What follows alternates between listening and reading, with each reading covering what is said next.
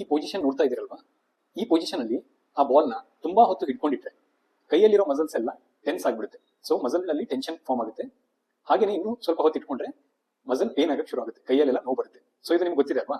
ಇದೇ ತರ ಏನಾಗುತ್ತೆ ಅಂದ್ರೆ ನಮ್ಮ ತಲೆ ಏನಿರುತ್ತಲ್ಲ ಇದು ಆ ಬಾಲ್ ಇದ್ದಂಗೆ, ಅಂಡ್ ನಮ್ಮ ನೆಕ್ ಅಲ್ಲಿರೋ ಮಸಲ್ಸ್, ಕತ್ತಲ್ಲಿರೋ ಮಸಲ್ಸ್ ಇರುತ್ತಲ್ಲ ಅದನ್ನ ಆ ಬಾಲ್ನ ಹಿಡಿದಿಟ್ಟಿರುತ್ತೆ. ಸೊ ನೀವು ಈಗ ಸ್ಕ್ರೀನ್ ತುಂಬಾ ಹೊತ್ತು ಯೂಸ್ ಮಾಡ್ತಿದ್ದೀರಾ, ಅಥವಾ ಡೆಸ್ಕ್ ಮುಂದೆನೆ ತುಂಬಾ ಹೊತ್ತು ಕೆಲಸ ಮಾಡ್ತಿದ್ದೀರಾ, ಟಿವಿನೂ ತುಂಬಾ ಹೊತ್ತು ನೋಡ್ತಿದ್ದೀರಾ ಅಂತ ಅಂದಾಗ ಏನಾಗುತ್ತೆ ಅಂದ್ರೆ ಆ ನಮ್ಮ ಪೋಸ್ಚರ್ ಇರುತ್ತಲ್ಲ, ಸೊ ಆ ಪೋಸ್ಚರ್ ಇಂದಾಗಿ ನೆಕ್ ಮಸಲ್ಸ್ ಗಳು ಈ ತಲೆ ಅನ್ನೋ ಬಾಲ್ ನ ತುಂಬಾ ಹೊತ್ತು ಹಿಡಿದಿಡಬೇಕಾಗುತ್ತೆ. ಅವಾಗ ನೆಕ್ ಮಸಲ್ಸ್ ಅಲ್ಲೆಲ್ಲ ಟೆನ್ಷನ್ ಕ್ರಿಯೇಟ್ ಆಗುತ್ತೆ. ಇದೇ ಈ ನೆಕ್ ಪೇನಿಗೆ ರೀಸನ್ ಆಗಿಬಿಡುತ್ತೆ. ಹೀಗಾಗಿ ನಿಮ್ಗೇನಾದ್ರೂ ಕತ್ತು ನೋವು ಸಮಸ್ಯೆ ಆಗ್ತಿದೆ, ನೆಕ್ ಪೇನ್ ಅಂತ ಅಂದ್ರೆ ಆದಷ್ಟು ನೀವು ವರ್ಕ್ ಮಾಡ್ತಿರೋ ಸ್ಕ್ರೀನ್ ಆಗಲಿ ಅಥವಾ ಟಿವಿ ಆಗಲಿ ಅದನ್ನ ನಿಮ್ಮ ಐ ಲೆವೆಲ್ಗೆ ಇಟ್ಟು ವರ್ಕ್ ಮಾಡಿದ್ರೆ ಈ ನೆಕ್ ಮಸಲ್ಸ್ ಮೇಲೆ ಸ್ಟ್ರೈನ್ ಕಡಿಮೆ ಆಗುತ್ತೆ. ಸೊ ಇದು ಒಂದು.